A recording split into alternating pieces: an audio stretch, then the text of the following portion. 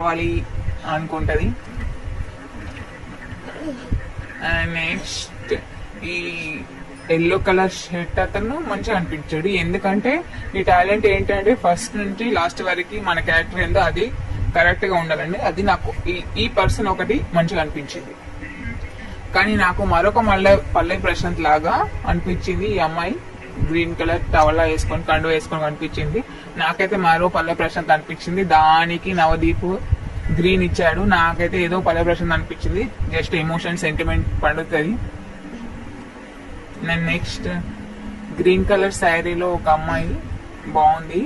అసలు without makeup ఏం లేకుండా చాలా నీట్ గా రియాలిటీగా అనిపించింది. తను రాసిన విధానం కూడా రివర్స్ లో అక్షరాలు అది కూడా మంచిగా అనిపించింది. కానీ మళ్ళీ అభిజిత్ అసలు ఎవరికి ఇచ్చాడో గ్రీన్ కుర్చీపైన ఎక్కిచ్చిండు. అది ఎవరికి ఇచ్చిండో గ్రీన్ అంత ఘోరం ఏముందో వాళ్ళ ఎవరికి ఇచ్చాడో చూడాలని ఉంది. అంత క్యారెక్టర్ ఎవరు ఉన్నారో చూడాలనిపిస్తుంది. అండ్ ఫస్ట్ ఇచ్చిన ఒక ఫోటో ఉంటుంది బిగ్ బాస్ ఇచ్చిన ప్రోమోలో. ఒక అమ్మాయి బ్లూ కలర్ బ్లౌజ్ వేసుకొని అసలు అమ్మాయే లేదు ఆ ప్రోమోలో. ఫస్ట్ ఫోటో ఉన్న అమ్మాయి ఆ ప్రోమోలోనే కనిపించదు.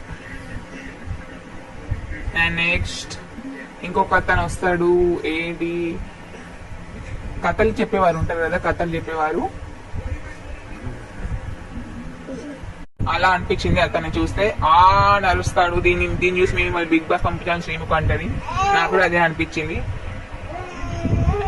And next you are manipulating the జ్యూరీని తప్పంటున్నావు అన్నది శ్రీముఖి. ఏమైతుంది తప్పంటే వాళ్ళకి అనిపించింది చెప్పు. నాకు కూడా ఇప్పుడు అట్లనే అనిపిస్తుంది. బిందు మాధవి నవదీప్ అసలు తప్పుగా జడ్జి చేస్తున్నది. ఆయన కనిపించింది, ఆయన చెప్పిండు. దాంట్లో తప్పేముంది, వాళ్ళు ఏం దేవుళ్ళు కాదు కదా. అట్లా చెప్పినందుకు దానికి బిందు మాధవి రెడ్డి ఇచ్చింది.